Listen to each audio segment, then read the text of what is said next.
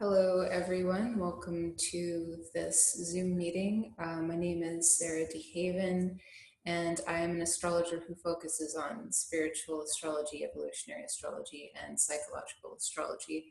And today I will be presenting the topic Archetypal Human, Asteroids in Astrology. And we're going to talk a bit about just that, asteroids, and how it pertains to who we are and how we're comprised of many archetypes. So let's get started. And so today we're going to be covering human consciousness and ego, what matters, and I put that in quotes because matter is, it's in a sense, it's a bit of an illusion. We're vibrating at such a quick pace that it seems like we're solid, but we're not really. And there's a lot that we're comprised of. And so we'll talk a bit about that from an astrological perspective, from the point of view of asteroids. Talk about why asteroids are so accurate, because I was actually quite surprised. As somebody who started off learning traditional astrology, we only looked at the sun out to Saturn. And I was admonished actually not to look at the asteroids because I was told it's just, there's too many asteroids in the Kuiper belt, etc., to be accurate. And being the Mars and Aquarius that I am, I had to go against that and have a look, and they're quite accurate. So we're going to have a look into theories as to why they work so well in astrology. Next, we'll be looking at how to interpret asteroids in astrology, just some of the basics, and also why wishful thinking won't help you accurately interpret asteroids. And I'm going to use asteroid Yeshua and a Gapnor as examples as to why, because I've noticed that some asteroids are being interpreted incorrectly, and so we're going to go into that. Also too, how to add more color and texture to your self-understanding using asteroids, because we can really get quite specific and detailed about who we are and really understand our archetypal blueprint, we could even say. So we'll talk about that, and yes, for fun and spiritual profit. And I wanted to talk about two interesting asteroids as examples today as well, which is HAL 9000 from the movie novel Space Odyssey, and Pandora as well, just because, why not? I also wanted to talk about Medusa, but we don't have that much time today. So let's start. Human consciousness are many egos. Yes, we have so many egos. It's we're not really one person. We have spirit, and these are, of course, I just want to be clear, this is just my viewpoint on this topic matter. You may disagree or you may agree, and that's totally cool. This is just my perspective on things, and I hope it helps you in your work as an astrologer or as an astrology enthusiast. So yes, who are you? That's the question we all want to ask. Who am I? And we're told, if you study the occult or look into spirituality, you may have heard the axiom, know thyself, right? The Oracle of Delphi.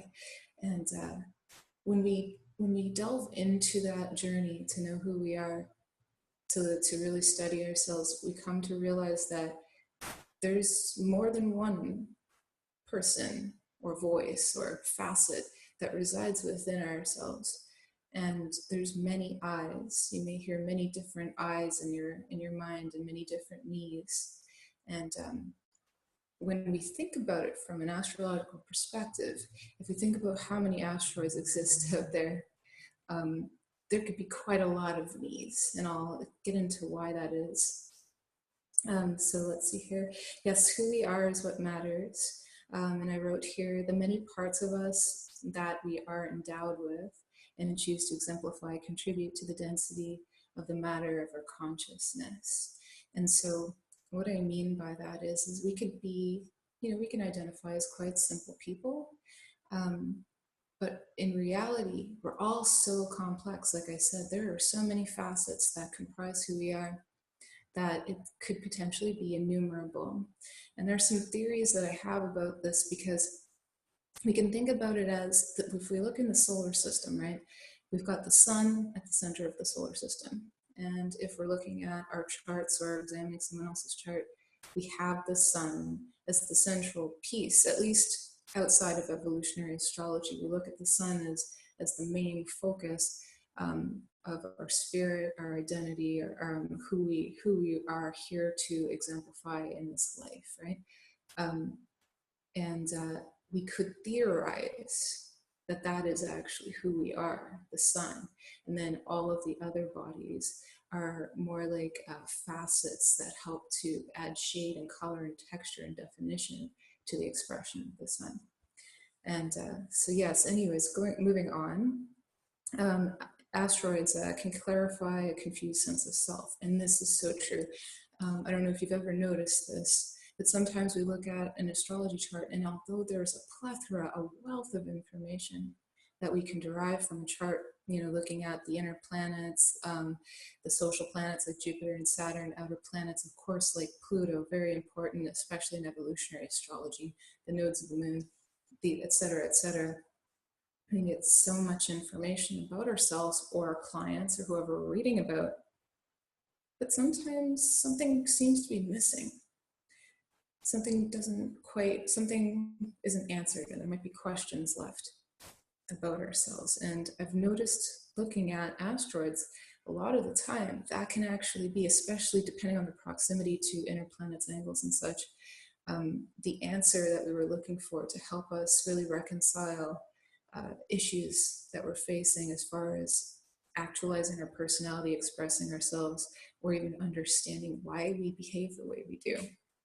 So I have written here, we have our inner planets, the outers, and popular asteroids like Chiron, Juno, Ceres, etc., to help us know ourselves, and yet there's so much more out there in the solar system. Tens of thousands of asteroids and planetoids waiting to be seen, recognized, and understood. And the more we discover, a deeper complexity of the tapestry of the individual and collective conscious emerges. And this is so true because, and this is my theory again, just these are all really my theories on the matter, and I do hope that it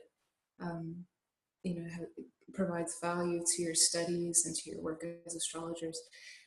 But it seems that every time an asteroid is discovered or a new planetary body is discovered, it's almost like we become connected more deeply to the potential of the depth of our consciousness as individuals and as a collective.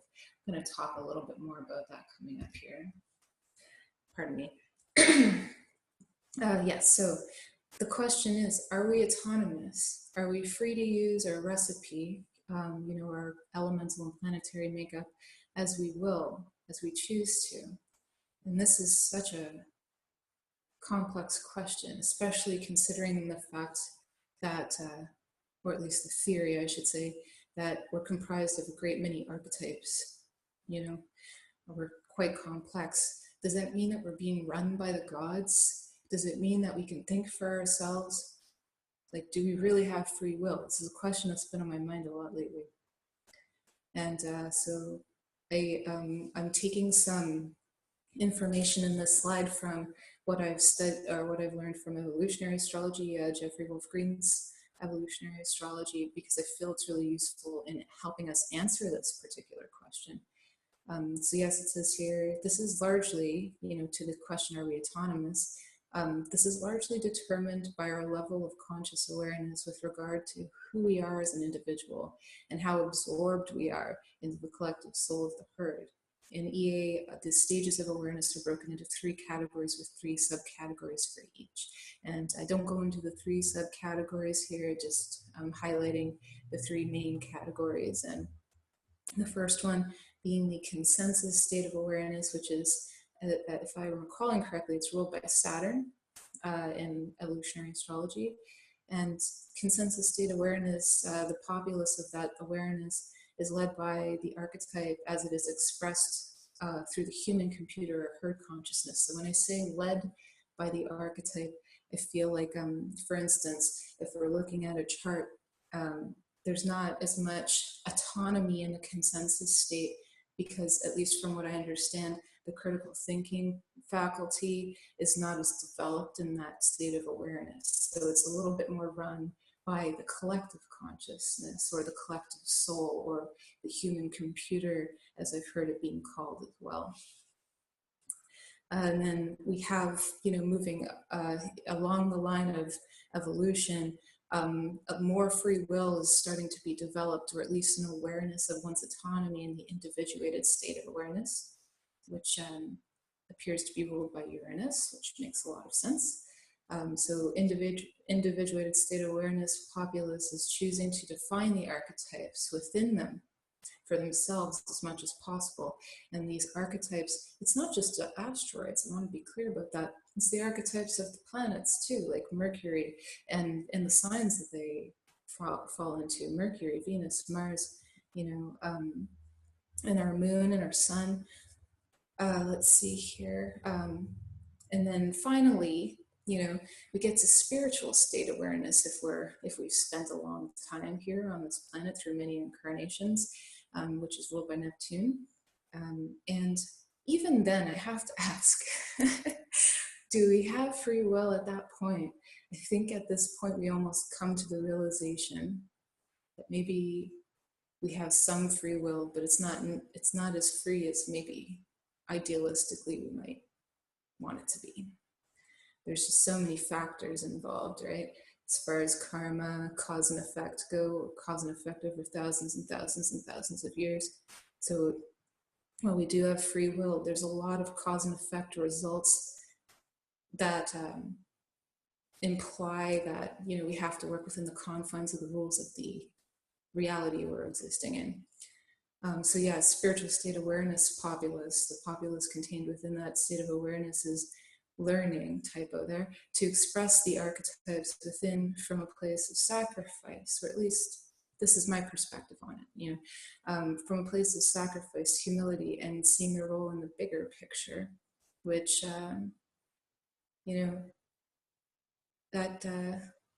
although there's free will there's also, I guess, with great power comes great responsibility, or with great awareness comes even greater responsibility. So when we're using these archetypes, understanding these archetypes that exist within us in astrology, that we can at least examine through astrology, it helps us, I would surmise at least, helps us to really actualize our spiritual imperative, even our individuated and consensus imperatives more effectively. So yes, I'm going to look into why are asteroids so accurate, because this is, like I said, this is a question that I have to ask, like I said, I came from traditional astrology in the beginning, and it was put into my mind to stay far, far away from those hippie asteroids. Don't go and drink the asteroid Kool-Aid. But man, once I did, I just realized they help so much. So these are just some theories that I have about that. And I also had something else I wanted to mention that I wrote down in a note that isn't on here, so we'll go into that as well. But we'll start here. Theories as to why the asteroids, quote unquote, work in astrology.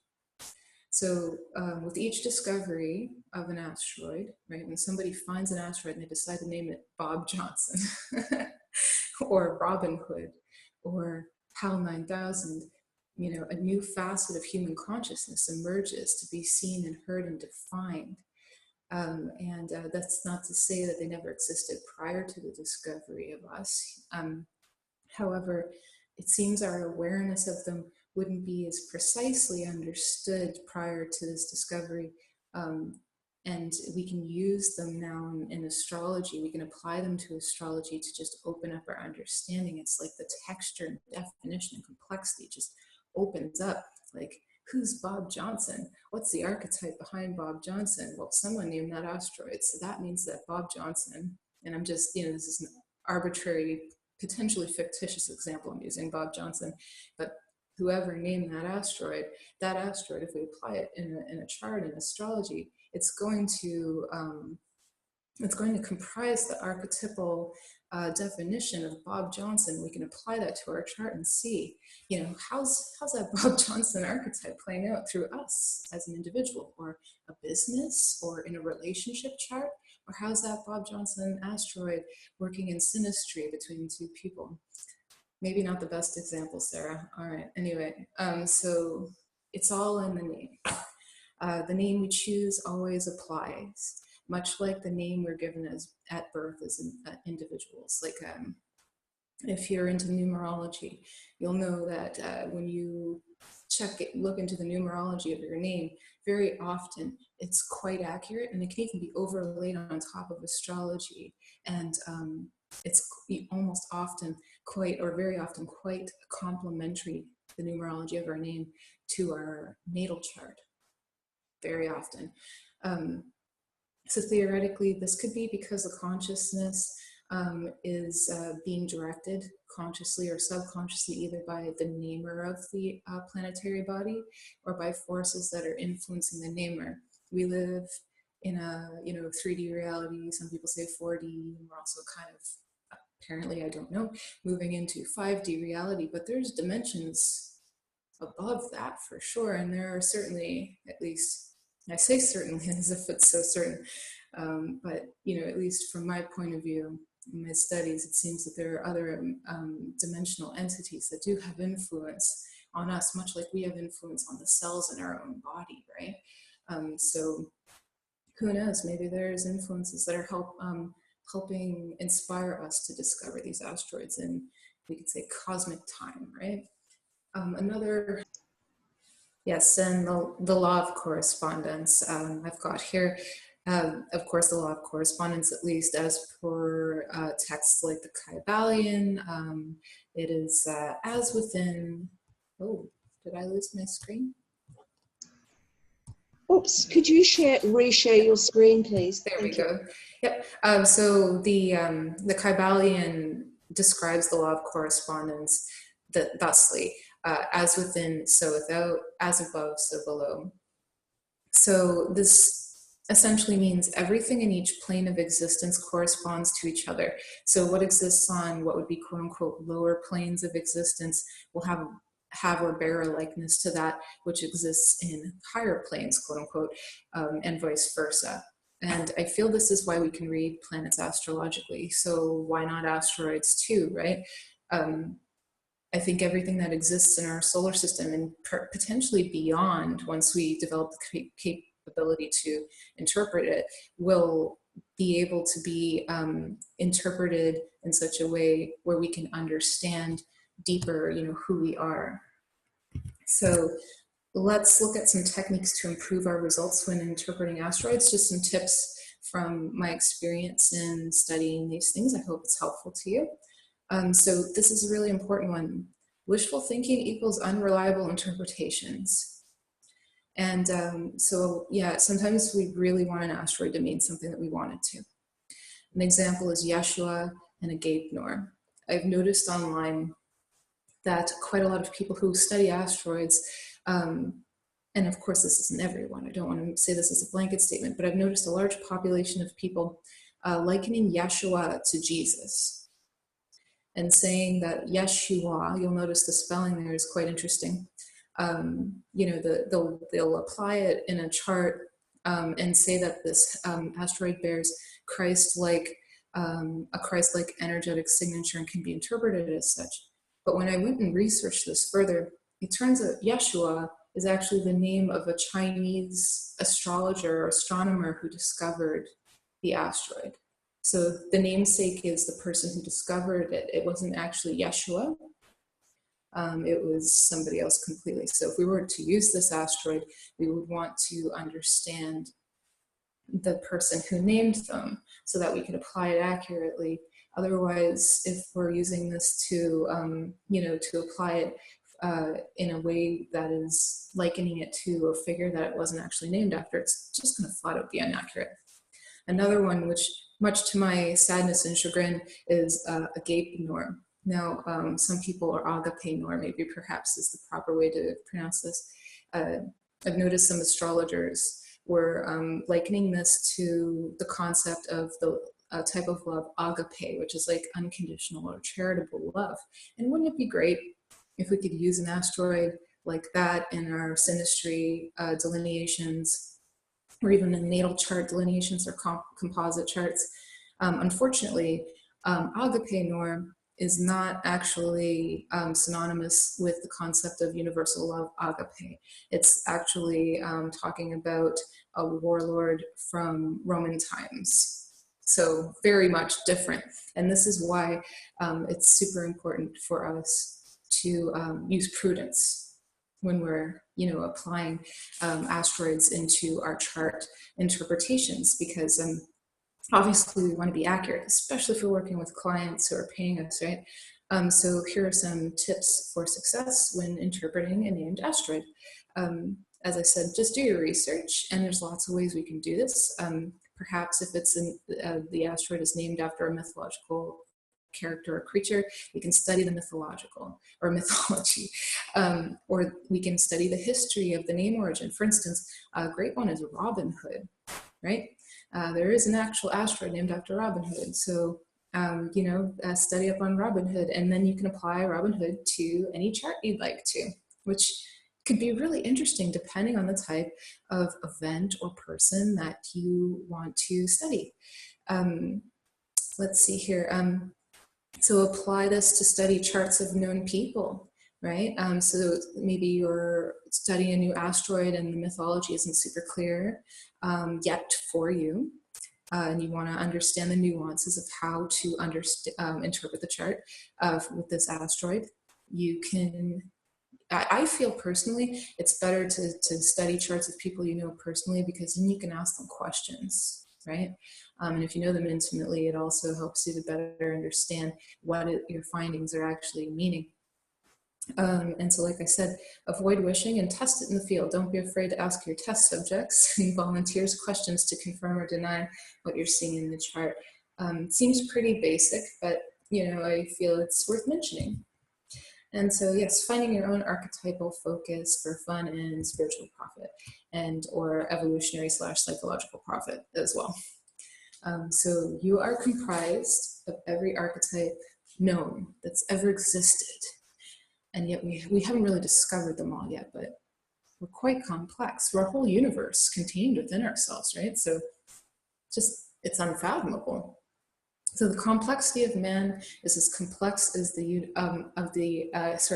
is as complex as the entirety of the universe and beyond. To know thyself is to know the nature of the universe and the gods. At least that is what I've heard people say. Some pretty wise people. So why not add more color and texture to our self-understanding by utilizing the wealth of asteroids that we have access to, right? So weighing the archetypes. This is largely a matter of throwing spaghetti at the wall to see what sticks. And what I mean by this is grab a bunch of asteroids. If you have Solar Fire and you've got the 10,000 asteroid add-on, like thumbs up. Or you can go to astro.com and add a bunch of asteroids through there. Just add a ton of asteroids if you're just curious to see what archetype signature do I have? Like, do I have Cleopatra, Osiris, Isis, Horus, some of the Norse gods? Like, what's my makeup? Personally, when I looked at mine, and it's really funny to me, is I've got Pandora, Medusa, Cleopatra, and Cassandra right on my south node. And I'm thinking, yep, all of that makes a ton of sense. Even the asteroid child, it makes a very interesting aspect to my ascendant. So like all of this stuff really blew my mind because I realized, wow, I thought astrology was great already, but it was making even more sense to me just who I am. Asteroids are so useful. So yeah, it is kind of like throwing spaghetti at the wall. Let's chuck a bunch of asteroids into your software and see what comes up. See where the concentration of asteroids are. For instance, I have here, you might want to check and see what stelliums are being made. And the tightness of the aspects being made to planets in your chart, like especially inner planets. I recommend like no more than a 3-degree orb for major aspects and 1 for minor, quote unquote, minor aspects. Other things to check too are how, like I said, how close to inner planets to your social. So those are like Jupiter and Saturn, or the outers, especially Pluto, right? Like how close are these asteroids to Pluto? This is going to add texture and definition to how Pluto or any of your inner planets are can be understood, right? So how close are they to angles? Like, are they close to your ascendant? That's going to be pretty significant. IC, MC, or even the descendant, it's going to be pretty significant how your experience of these asteroids will be playing out through your life, through your personal expression, even through how you think. And then, of course, phases is another one. We can look at phases between asteroids and the bodies in question, like your inner planets or the angles, for instance, which I guess technically aren't bodies, but yes. And then, of course, you want to look at the gestalt. You want to look at the entire picture, see what themes are playing out in the whole chart too, right? And of course, this can get exceedingly complex and maybe even become super nebulous, but, you know, have fun with it in the beginning, and then eventually, you know, it will probably become much more easy for you to interpret a plethora of asteroids in a chart at a time. And you'll even have, you know, a set of asteroids for maybe synastry charts, or a set of asteroids for people who are looking into spiritual development or building self-confidence, or people who are looking for vocational advice, you know, when they come to you for help as an astrologer. So let's see here. Yes, I wanted to go into a couple of asteroids. HAL 9000, we'll start with HAL 9000, which is just like one of my favorite characters ever. So I've got this picture here. I don't know if anyone has ever seen the movie Space Odyssey, 2001: A Space Odyssey. But this picture, this meme here, where I forget his name, of course it's escaping me right now, but the main character who works on the spacecraft, that HAL, who is in, he's an android, basically a supercomputer that runs the whole craft. He's trying to get him to open the pod doors to save one of the man, the words escaping me right now. That's really bad. Astronaut who is, you know, stuck out in space right now. And of course, Hal so stoically says, "I'm sorry, Dave, I can't do that. I'm afraid I can't do that." This is a really interesting archetype, this guy. I'm going to read the overview really quickly. So HAL 9000 is a fictional character and the main antagonist in Arthur C. Clarke's Space Odyssey series. First appearing in 2001: A Space Odyssey, HAL, a heuristically programmed algorithmic computer, is a sentient computer or artificial general intelligence that controls the systems of the Discovery 1 spacecraft and interacts with the ship's astronaut crew. Part of HAL's hardware is shown towards the end of the film, where he is mostly depicted as a camera lens. But he is mostly depicted as a camera lens containing a red or yellow dot, instances of which are located throughout the ship. And so Hal, in this movie, like just to summarize it real quick, he's a really smart computer, incredibly smart. And he makes, or at least the astronauts on board the ship think he makes a small mistake, or not really small, pretty significant mistake. And they decide to shut down Hal. The thing is Hal cops to their plan, he figures it out, and he decides to save himself by destroying them. The movie is super, the character, the way they developed him and depicted him, he's quite creepy and cold because, of course, it's an android character or a computer character, and yet someone named an asteroid after this particular entity, which is quite interesting to me. And I had to look into this and see, like, is there more complexity to the character Hal? So what I did was brought up, I had to get a solar chart. We don't have the actual time of discovery, so we can't really look at the moon, but I decided to examine HAL 9000's discovery chart to see a little bit more into this archetype, see how we could apply this in our delineations and charts. And because I work as a psychic as well as an astrologer, I also threw cards on him to read him. And it was really interesting because he's a quite childish character. But we won't get into the tarot psychic side of this. We're going to talk astrology today.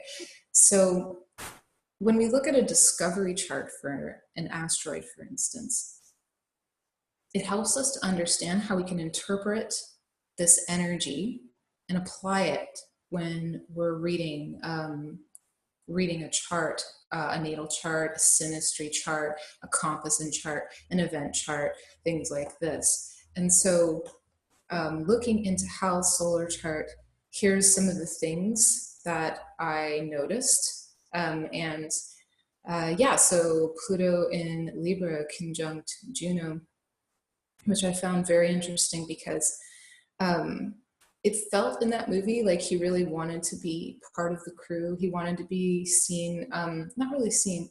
Wait a second, Pluto in Libra. I have the wrong chart up here. I just realized this is not the right chart. I'm going to skip to Pandora because maybe her chart is accurate. Yeah, that's it.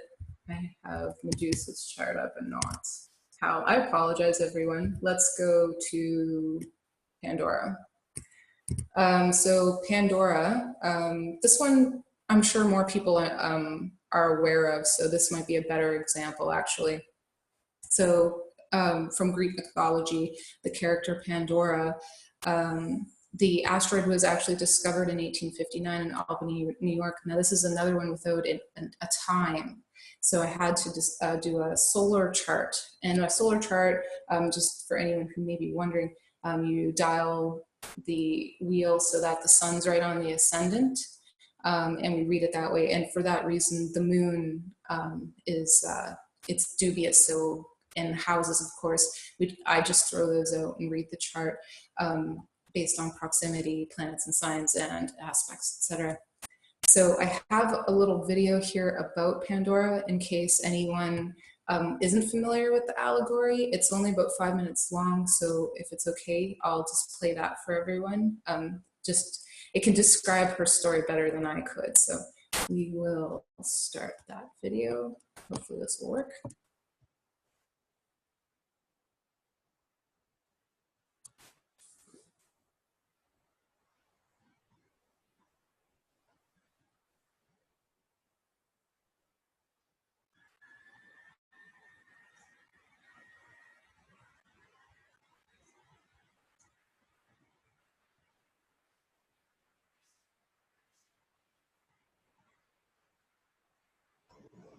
Sarah?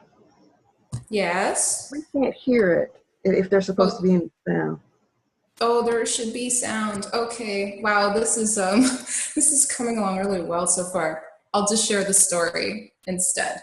Okay. It's okay. You can try it again because I think the volume was down. Just try it. The volume? One more time. Okay. Yeah, just try that again. Yeah.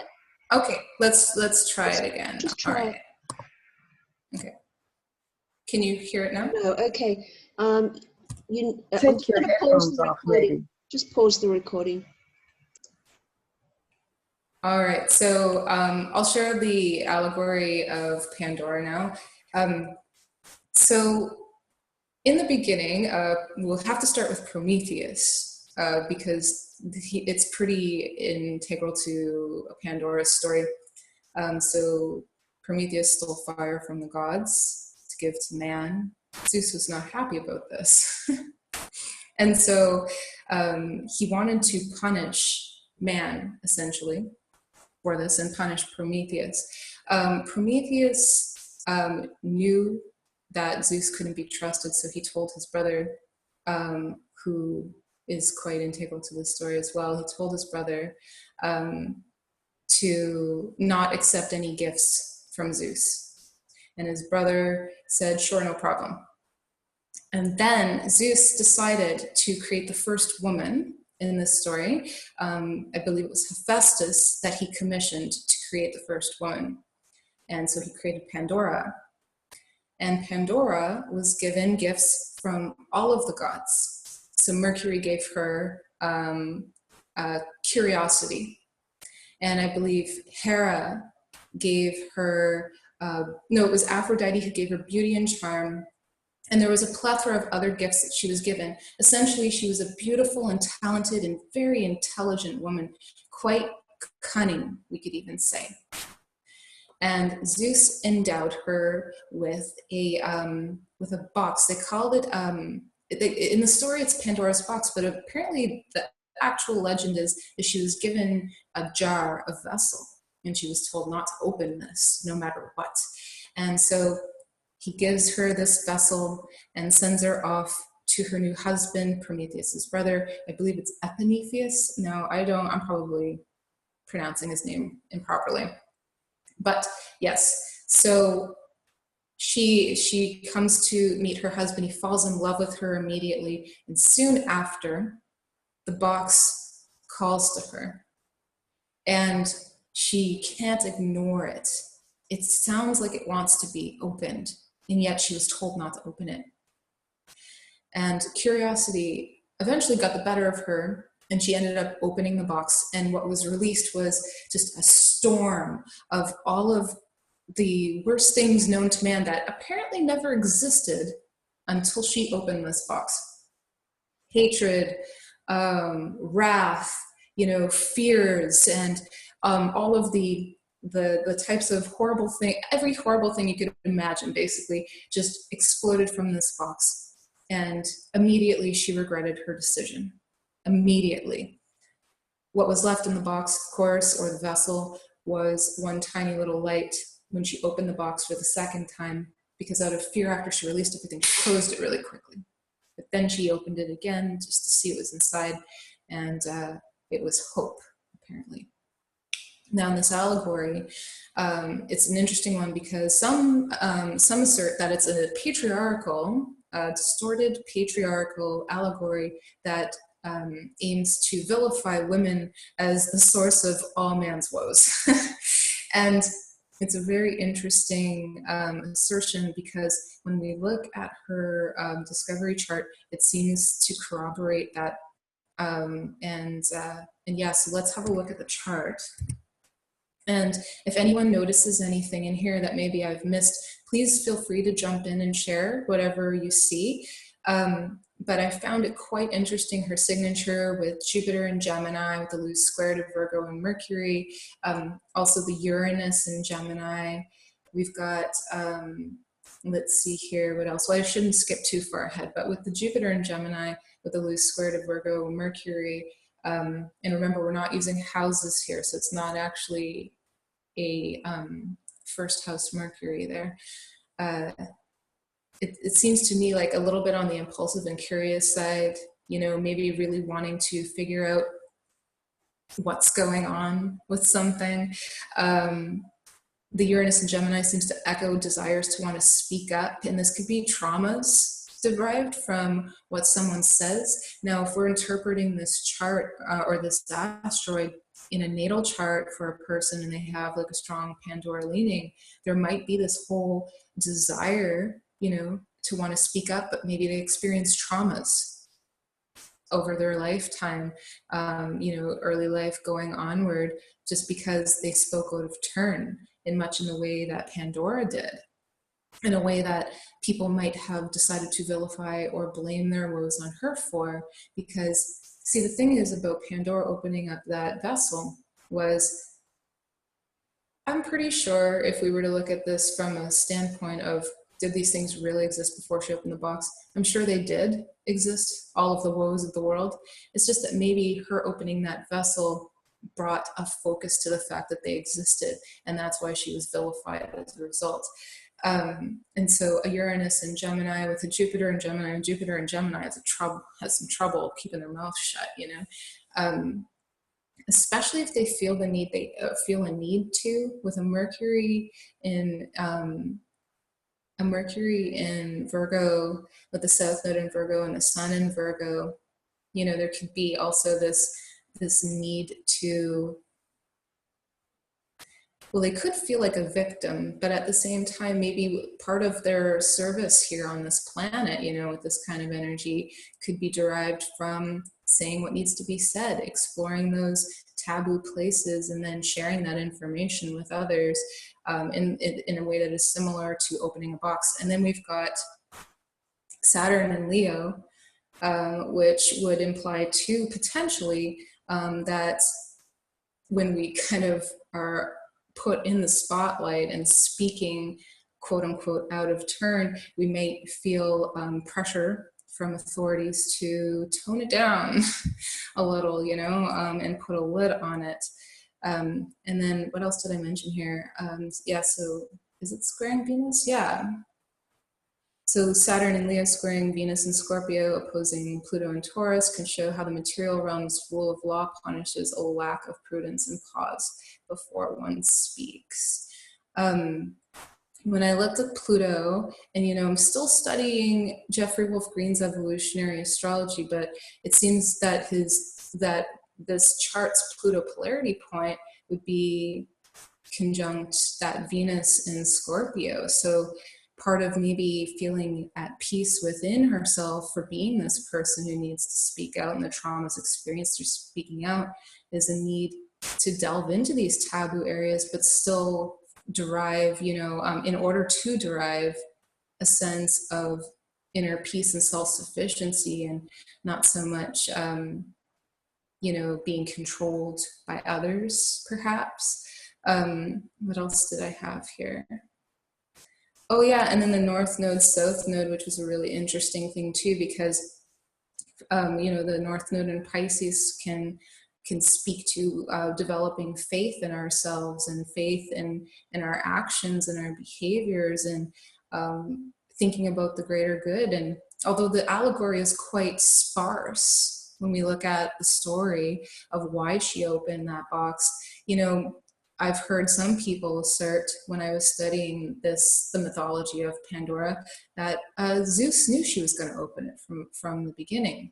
So perhaps it was, we could even say, her role in the greater, the bigger picture, North Node in Pisces, to go on this journey in such a way where she was opening up the world to things that they were refusing to acknowledge up until that point. So how would we interpret this in a natal chart? Well, if we're looking at Pandora in a chart, pardon me, depending on the aspects or the planetary proximity or or angular proximity to Pandora, it could show where we really need to speak up, but then when we do, maybe we regret it because of the response or the wrath that we incur from others who weren't ready to hear it or who might choose to vilify us. I'm just wondering, does anyone have any comments or anything about this particular chart, or questions about Pandora's chart or anything that I've discussed up until now?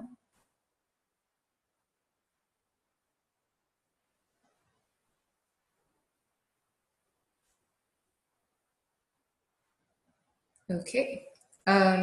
So let me see. I just want to see if there's anything else I can mention, since I didn't get a chance to look at how. And we've also got, oh, this is so interesting. So we've also got Mars in a square, and Ceres conjunct that Mars in a square to her sun, Pandora's discovery sun. Mars in Sagittarius with Ceres in Sagittarius could really show too a desire on like an instinctual level to speak the truth, to know what's real about the world, to even explore those realms that are unseen, and I mean, that might seem like a bit of a stretch, but with Ceres there, you know, she could even feel like, because I find, okay, so other people might interpret Ceres differently, but I feel like not only is she a maternal archetype, but she's really an advocate as well. You know, I feel like her pain when Persephone was dragged into the underworld, some people see it as a nonsensical wrath in some ways, but I feel it was her way of expressing the pain that she felt in a way where we could even see it as a energy that was advocating for a victim, for the victim being her daughter. So I can even see with this energy signature a desire to advocate for oneself by going places that no one has gone before, i.e., and I hope I'm making sense here, i.e. opening up that vessel and revealing what hasn't been said. So if we were looking at Pandora in a chart, when I've looked at this in other people's charts, my own chart, etc., what I've seen is a lot of the time there's a real compulsion to want to speak on what is the truth. And often that truth, we're not expecting the response that we get. It's more about we need to say what needs to be said.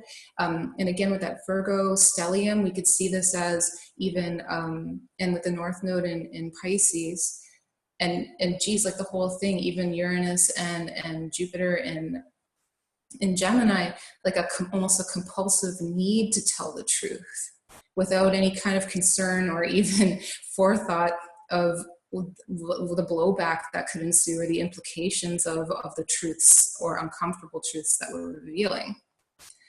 And yeah, so this could be really useful though to help people reconcile that energy inside of them, because oftentimes people can admonish themselves and say, well, you know, it's not worth me talking about because of the response I get.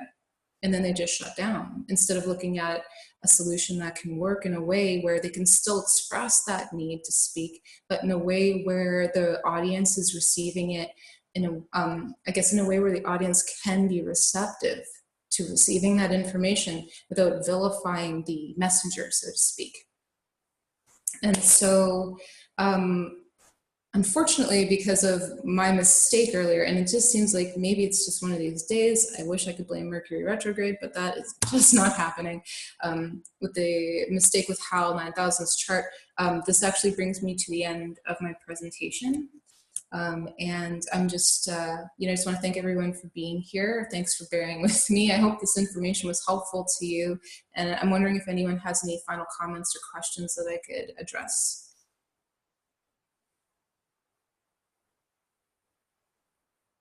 Hi, Sarah. Hello. It's Kimberly.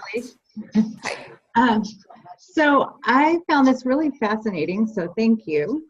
I was really interested in Pandora. I had never really looked at it in my chart, so while you were talking about it, I just ran up, you know, to see where it was in my personal chart, and I wanted to share that because it's just to add a little bit of depth, because it was, I already got a little insight into what it means for me, but my Pandora is in the 8th house, Capricorn, conjunct my Mercury and Mars that are both squaring Pluto. So I found that really interesting because with your description of Pandora, it just fits perfectly for me. So I just wanted to thank you for that insight. Oh, wow. Thanks, Kimberly. Could you, would you mind, I don't know if it's breaching any privacy, but would you mind sharing a little bit about how it feels like it makes sense to you? And maybe in an experience that you've had? Yeah. Well, the interesting thing is, in my younger years, you know, with a Mars and Mercury squaring Pluto, and Ceres is conjunct my Pluto as well. So it's always been, when I was younger, I felt very vilified when I spoke up, but I felt the need to speak up and advocate for myself or others in a lot of situations. But I did feel like that always led to like a victimization of some kind. And then as I got older and, you know, matured and everything like that, as we all do, and evolved, it's something that I'm really conscious of, you know, that I have that sharp tongue, you know, and the advocacy part of it was something that I was always kind of missing, that I didn't really see in the planets alone of Mars, Mercury, and that connection with Pluto. But with Pandora there, I kind of feel the advocacy part of it and the need to, and the impulse, you know, it adds to the impulsivity of the whole aspect for me. So it's about, it's very much to me about speaking the truth. Sometimes it's, and it's about finding the appropriateness too, because it's in the sign of Capricorn. So, but it's also talking about things that are not discussed often. So it's a little bit tricky because being Capricorn in the 8th house, and with Pandora, like just kind of helped me bring it to another level of understanding. So I hope that helps. Oh, no, that's great. Thanks for that confirmation. That's really cool. Thank you, Kimberly. And it makes a lot of sense too with the 8th house. you know, that what you could say could really blow, you know, really blow someone's mind in a way that maybe they're not ready to hear, for sure. So that even the placement lines up, but I'm sure that it could be quite needed sometimes, you know, to help somebody develop and evolve, to hear what you have to say, even if they're upset by it. But it's interesting too that you've learned over the years how to wield that part of yourself more masterfully as well, because of course, you know, just because it's in a chart now, it can help give you more context into the energy, but you're living it, right? So your life experience, it just shows that you're paying attention to who you are, you know, and that's pretty awesome. Thank you. Yeah, it does feel like sometimes when I open my mouth, I'm opening Pandora's box. Thanks for that, Kimberly. And so does anyone else have any comments? I think we have a couple minutes. I'm not sure, Linda, but if we do, if anyone has a comment or a question, why not address it then? Let's do that. Hi, Sarah. I had a thought. Do you work with the named, you know, looking for asteroids that are close to your own name in the chart? Oh, so I don't use them professionally yet, but I have been doing this with people that I know their names, and then applying it to my chart or their chart, looking at composite charts between friends and people who have so gracefully volunteered to be put into my study data bank.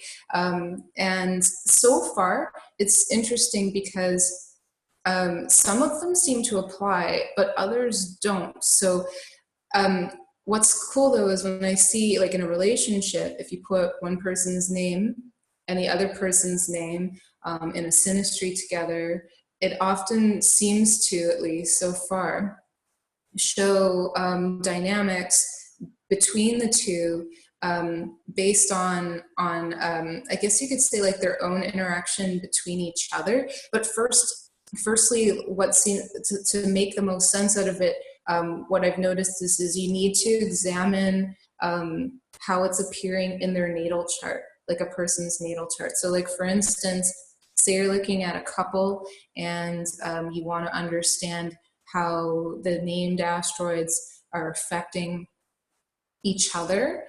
First, we would need to look at the like person A, we'll say, and person B. We would need to take person A's natal chart and then put person B into their natal chart and examine it that way, and then we can get an understanding of that.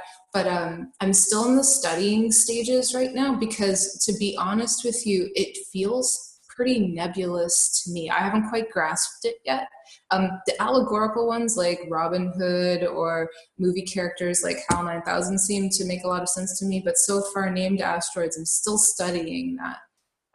So I apologize because I don't have any real succinct data to share about that from my findings yet.